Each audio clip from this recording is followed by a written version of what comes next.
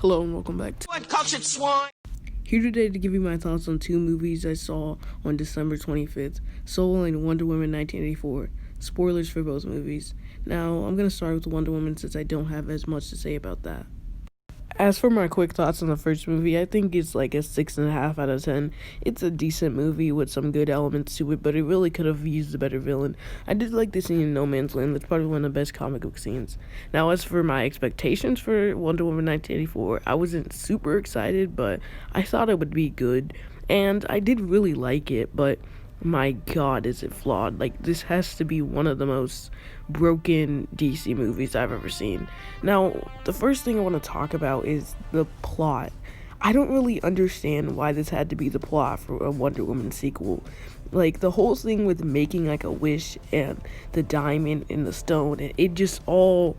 I don't know what it's trying to resemble. I don't know if this is, like, something from the comics, but it just felt out of nowhere. And another thing that fell out of nowhere is that Diana can now use her lasso to make people see things. I know she uses it at the end to show everyone to renounce their wish, but I don't know why that was just lazily shoehorned into the story. It just felt out of nowhere and unnatural.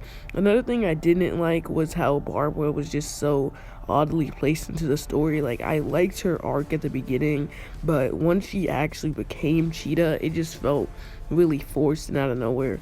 Another thing that I did want to talk about is how things really just drag on in this movie. There's scenes that go on for an unnecessary amount of time, especially at the beginning when they spend like 10-15 minutes on the whole Amazon games, when really the most important thing to come out of that scene was the message at the end about like how the truth is good or whatever.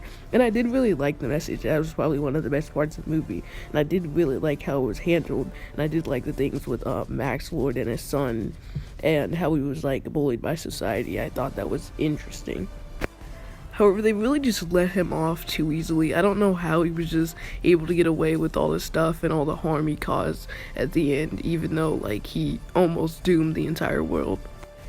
I did like a lot of the action scenes, and there were really cool visuals, and I really think another thing I didn't like is how they didn't really do much with the whole 80s thing, and it really could have taken place at any time, and it wouldn't have made much of a difference. Overall, this movie was pretty good. I'd say it's probably the best DCEU movie along with Shazam. However, it's really flawed and it could have worked more on its plot and its story and its villains. Overall, this movie was a fun time and had a good message, and I'm going to give Wonder Woman 1984 a 7 out of 10.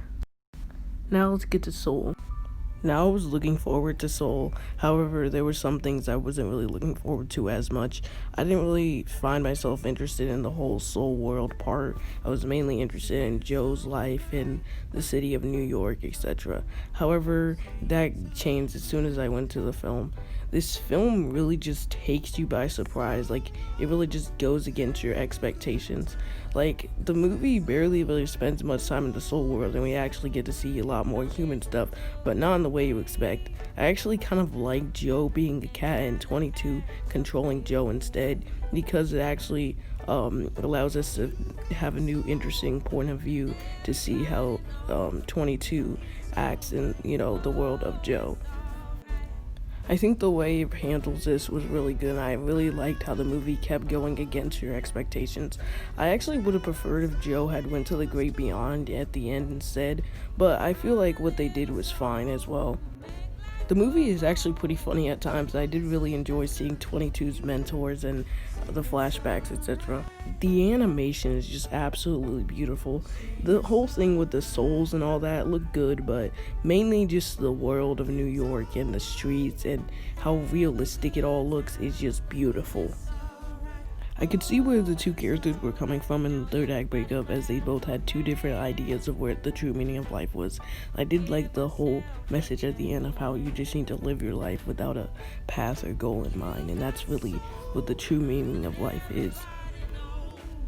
A lot of the scenes in this where Joe was just playing music are just so beautiful and artistic in almost every single aspect.